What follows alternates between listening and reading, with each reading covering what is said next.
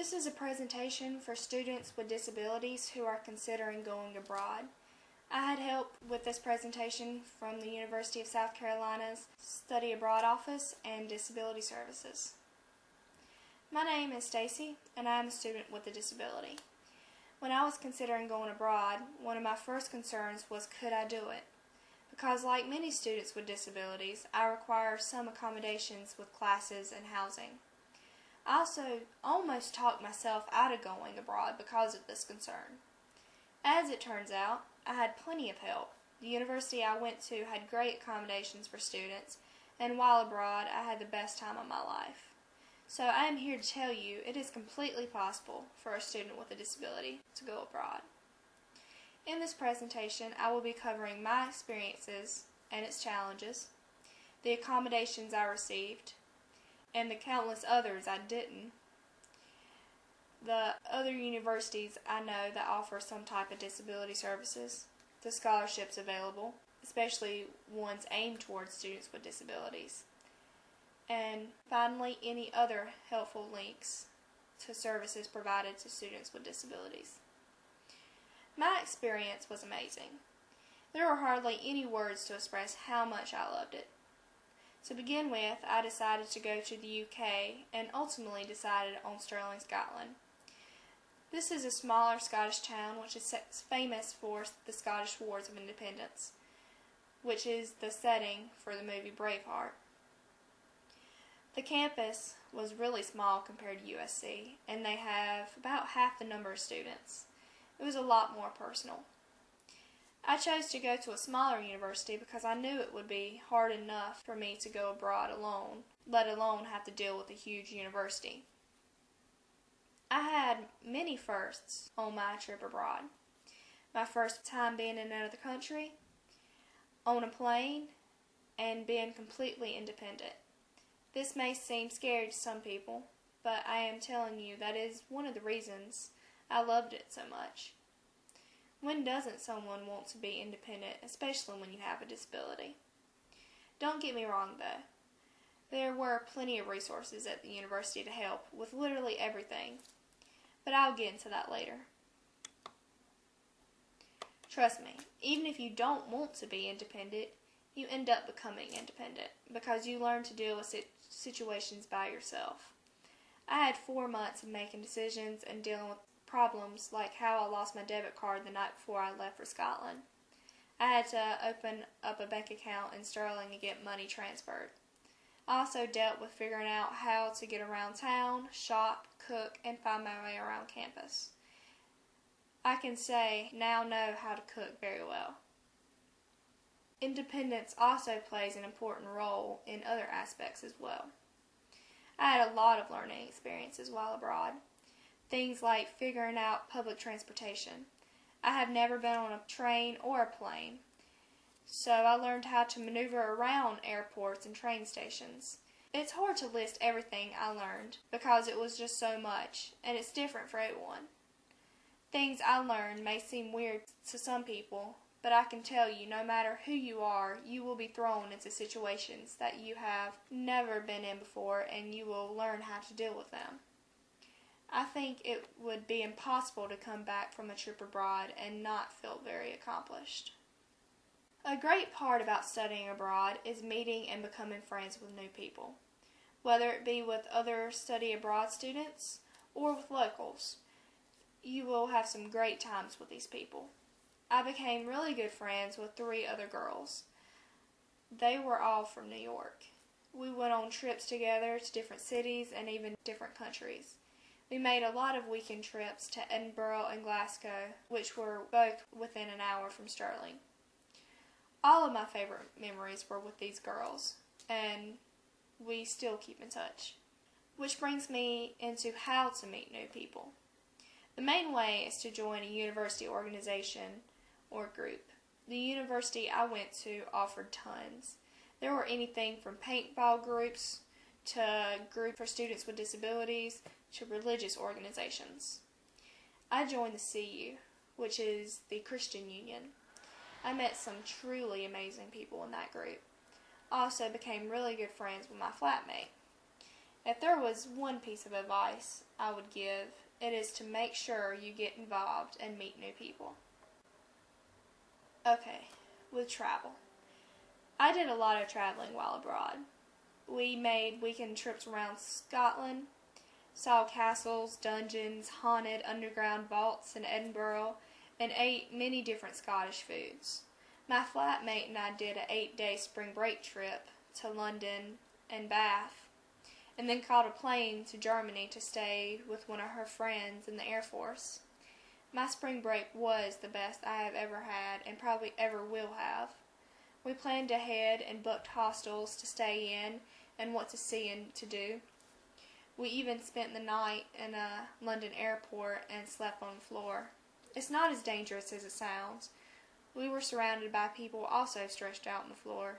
It was hilarious seeing people using their luggage as beds and shoes as pillows. It was a great experience I wouldn't give up for anything. I was also lucky enough to go on a 3-day tour of the Highlands of Scotland with a group of students from all over the world. I went on this trip by myself and met people from France, Spain, New Zealand, and Australia, and many other places. Traveling and viewing different places was amazing. I had so much fun on these trips, and I will remember them forever, and I will probably always miss and want to go back to them. When it comes to classes at the university, I had 3 while abroad. I would have to say that the classes was my least favorite aspect of studying abroad. It wasn't the school as much as not wanting to focus on school while I was in another country. The classes were all very interesting, and I liked how they were smaller than the USC classes. It was a completely different atmosphere. I was also interested in seeing how the UK had really no busy work. You have 1 or 2 written assignments and a final at the end. It's a lot different from the 3 or 4 tests and the final as in USC's system. When it comes to challenges, I had some while abroad, especially concerning my disability. Physically, even though I can walk pretty well, I have some problems with balance and walking long distances. This created a problem when walking around the different cities. I frequently had to take breaks. Also, since a lot of the towns I went to were very historical, they didn't have railings on some of the steps. I had to be helped up or down by my friends sometimes. Thankfully, they understood. This was not a problem at the college, though, because it's very handicap accessible. I also had a slight problem with getting the groceries from the grocery store to campus, but thankfully they delivered, and we were able to do that. But a challenge I think everyone will have is being away from the family. I didn't get really homesick, but I had some moments. What helped me through them was I got to talk to my family on Skype. As for the services offered at Sterling, there were a lot. As you can see from the chart, there are a number of students with disabilities, and they have multiple services to offer these students.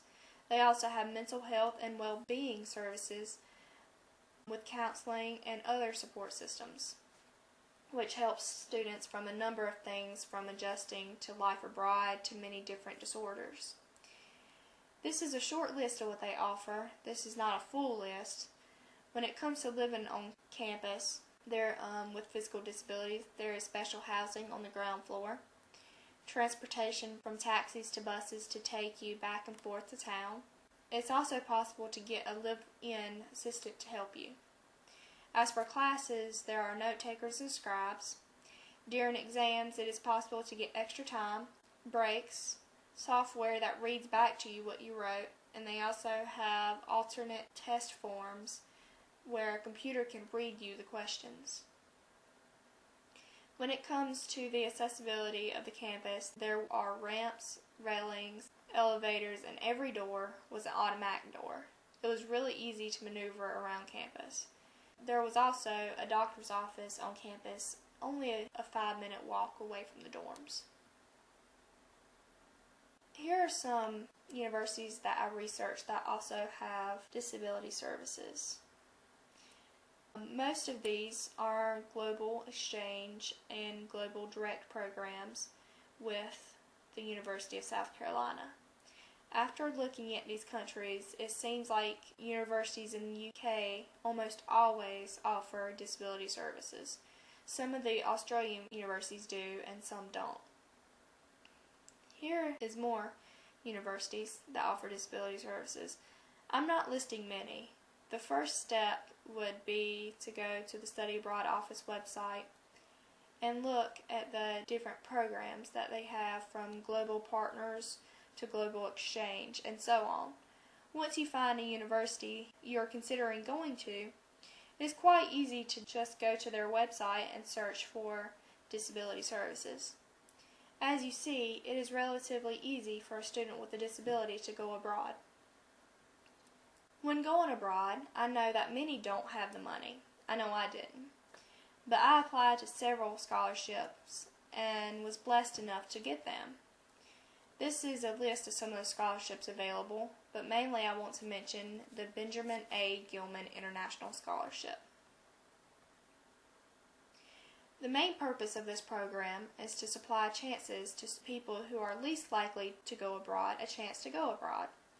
People without financial means, who will be the first person in their family to go abroad, or the different ethnic groups that are least likely to go, because mainly the majority of people that go abroad are white. Another factor they look into is what country you want to go to. They look for the countries that aren't common, like Africa, Egypt, and so on. The main reason you should apply for this scholarship is that they do like to supply students with disabilities a chance to go abroad.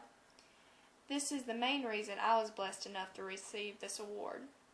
I did not go to a non-traditional country, or I don't have a diverse ethnic background, but I did need the financial help. In my essay, I supplied the reason why I couldn't go to a non-traditional country, mainly that my disability makes it almost impossible for me to speak another language. To apply to this program, you will need to provide 2 essays. The first is a statement of purpose, which is your chance to let the people reviewing your application get to know you a little more, and the reasons why you want to go abroad. They also would like to know what you wish to gain from this experience. The second essay is a follow-on service project. This is a chance for you to create a creative way in which you plan to give back to the program by inspiring others to go abroad. This PowerPoint is, in fact, my follow-on service project for the Gilman Scholarship.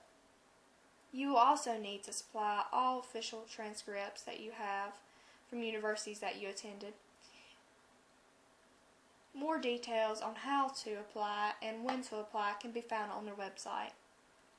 And lastly, Rachel Hardison at the Study Abroad office is nice enough to review anybody's essays for this scholarship and give you pointers on what to include and not to include. So make sure you get her help. The Carolina Global Study Scholarship is also a great scholarship to apply for. You can use the same follow-on project essay that you wrote for the Gilman Scholarship with just a few changes, so you don't have to do 2 projects if you are awarded both. For more information about this scholarship, go to the University of South Carolina's Study Abroad website and look under the Scholarships tab. The Beyond Boundaries Award is another scholarship for students with disabilities. It provides students who only want to do a summer a chance to do so. Though I listed it as a criteria, you don't have to have a disability or a diverse ethnic background. They just like to pick underrepresented students. You do have to have financial need, good academic standing, and be accepted to a summer program. There are many other scholarships on the USC website to check into. Scholarships for certain countries, majors, and degrees. There are also available scholarships through study abroad programs you go through. For an example, my program was CIS abroad, and through that program I got a discount and I applied to receive another scholarship through them. So make sure to check out the benefits of your program. Finally, these are links that might help you further.